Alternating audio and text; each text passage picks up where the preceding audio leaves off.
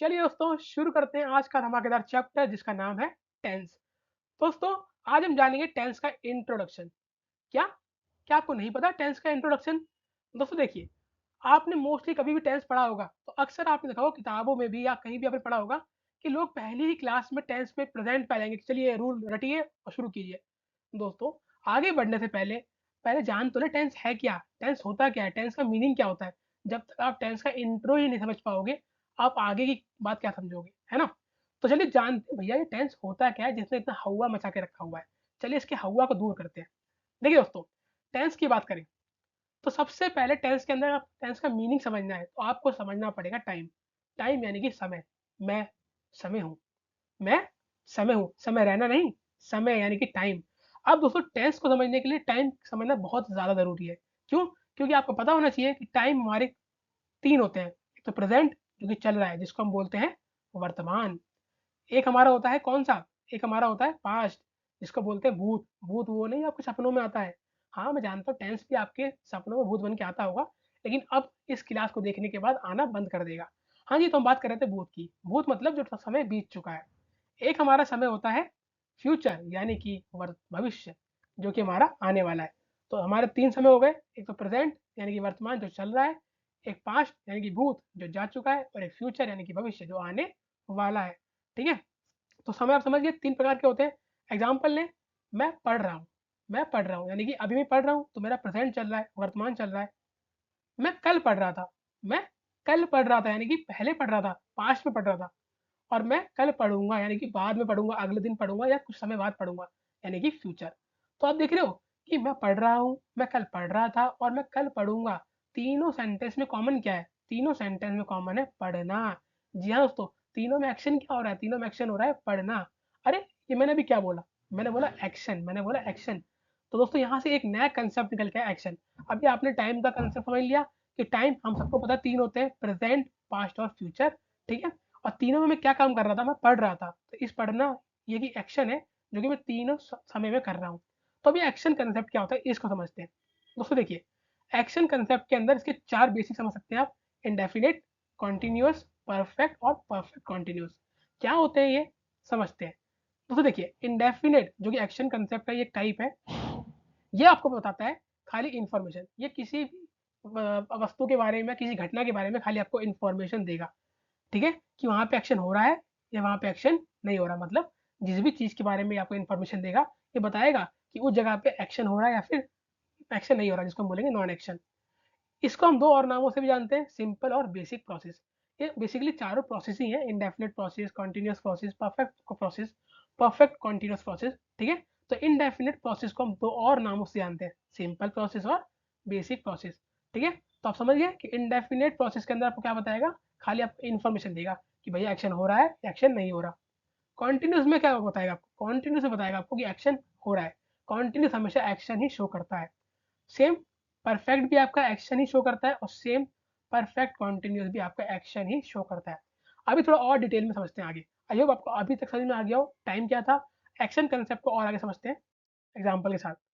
दोस्तों अब यहाँ पे मैं क्या बताने वाला हूँ, यहाँ पे मैं आपको ये नहीं बताने वाला कि मिस्त्रीगिरी कैसे होती है, दीवार कैसे बनती है। वो तो मैंने फोटो आपको एग्जाम्पल समझाने के लिए रखी है। समझते हैं एक्शन कंसेप्ट को और अच्छे से समझे दोस्तों।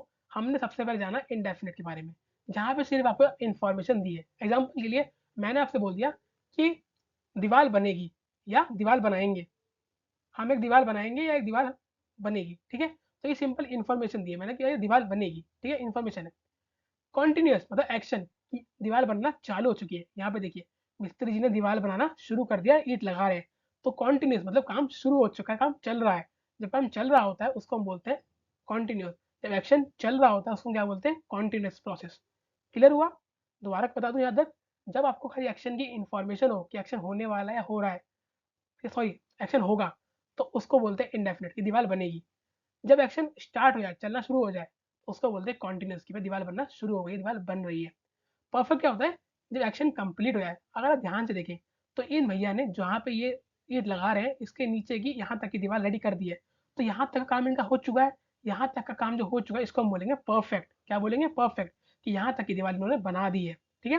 अगला होता है हमारा परफेक्ट कॉन्टिन्यूअस मतलब काम आधा हुआ है, पार्शियल कंप्लीट एक्शन मतलब आधा काम हो चुका है, आधा हो रहा है। देखिए, यहाँ तक की दीवार तो बन चुकी है और इसके ऊपर भी बन रही है। तो यहाँ तक की हो गई परफेक्ट और इसके ऊपर काम क्या चालू है, कंटिन्यू है, यानी कि कंटिन्यूअस। तो परफेक्ट कंटिन्यूअस क्या? परफेक्ट कंटिन्यूअस, कि जहाँ तक की दीवार बन चुकी है वो परफेक्ट और जो बन रही है वो कंटिन्यूअस। तो जब आधा काम हो चुका है, आधा काम चल रहा हो, उसको बोलते हैं परफेक्ट कंटिन्यूअस। तो आई होप आपको एक्शन कंसेप्ट यहाँ समझ में आ गया हो। आगे बढ़ते हैं दोस्तों। इसी को बोलते हैं हम टाइम की टेंस की डेफिनेशन, कि टेंस जो हमारा बनता है वो बनता है टाइम प्लस एक्शन से, कि जहाँ समय प्लस एक्शन मिल जाए उसी को बोलते हैं टेंस। देखिए, यहाँ पे बंदा एक्शन भी कर रहा है, काम भी कर रहा है और टाइम भी है। भाई कभी तो कर ही रहा होगा ना, क्या पता दीवार पहले बन रही हो, अगर पहले बन रही होगी तो पास्ट, अभी बन रही होगी तो प्रेजेंट और बाद में बनेगी तो फ्यूचर। तो टेंस का मतलब ये है जहाँ पे टाइम भी हो और एक्शन भी हो, उसी को बोलते हैं हम टेंस। ठीक है, अब आपको टेंस की डेफिनेशन क्लियर हो गई, आगे बढ़ते हैं। अब दोस्तों टेंस को आप समझ लीजिए दादाजी। क्या? टेंस को जब फैमिली में दादाजी होता है ना, ग्रैंडफादर, समझ लीजिए टेंस एक फैमिली का ग्रैंडफादर है। ठीक है, अब आगे बात करते हैं। आपके ग्रैंडफादर थे तो इनके भी हुए बच्चे हुए। ठीक है, इनके भी बच्चे हुए, भगवान ने भी इनको बच्चे दिए। ठीक है, पहला बच्चा हुआ इनका, दूसरा बच्चा हुआ और फिर तीसरा बच्चा हुआ। पहले बेटा जो उनका हुआ उसका नाम इन्होंने रखा प्रेजेंट टेंस, प्रेजेंट टेंस। दूसरे बेटे का नाम रखा पास्ट टेंस और तीसरे का नाम रखा फ्यूचर टेंस। समझ में आया? Present tense, past tense, future tense. अभी हमने तीन चीजें कहाँ पढ़ी थी? टाइम में पढ़ी थी। तो मैंने बताया ना आपको कि टेंस के अंदर दो चीजें क्या? Time plus action. तो टेंस के अंदर टाइम आया, प्रेजेंट पास्ट फ्यूचर, ये कहाँ से आया? टाइम पास्ट से टेंस के अंदर आया। ठीक है, अब देखिए इन बच्चों की शादी होगी, इन बच्चों की शादी होगी तो इनके भी बच्चे होंगे। तो ये प्रेजेंट की शादी हुई, प्रेजेंट के बच्चे हुए। पहला इनका नाम रखा प्रेजेंट इंडेफिनिट, दूसरे का प्रेजेंट कॉन्टिन्यूस, तीसरे का प्रेजेंट परफेक्ट और चौथे का प्रेजेंट परफेक्ट कॉन्टिन्यूस। ध्यान से अगर आप देखें तो यही नाम हमने पढ़े थे अभी, indefinite, continuous, perfect, perfect continuous. कहाँ पढ़े थे? एक्शन में। और मैं दोबारा बता दूं आपको कि टेंस तो बना ही टाइम और एक्शन से, इसलिए टाइम से तो आ गया प्रेजेंट पास्ट फ्यूचर और एक्शन से आ गया indefinite, continuous, perfect, perfect continuous. समझ में आ रहा है? पाँच की शादी, पाँच के बच्चे हो, इसलिए भी सेम सेम नाम रख दिए, खाली अपना सरनेम अलग है इसका बस। Past indefinite, past continuous, past perfect और past perfect continuous. Same future के बच्चे हुए, फ्यूचर ने भी सेम नाम रख दिए, फ्यूचर इंडेफिनिट, कॉन्टिन्यूस, परफेक्ट और परफेक्ट कॉन्टिन्यूस। तो गाइस ये टेंस की पूरी फैमिली है। ये फ्लो चार्ट में समझाया आपको, टेंस की पूरी फैमिली चार्ट है।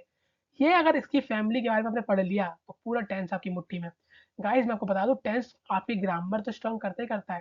फ्यूचर में आप स्पीकिंग करेंगे, स्पोकन इंग्लिश का कोर्सेज करेंगे, स्पीकिंग सीखेंगे बेसिकली, तो वहाँ भी टेंस आपको बहुत ज़्यादा हेल्प प्रोवाइड कराएगा। ये आपके फाउंडेशन का काम करता है।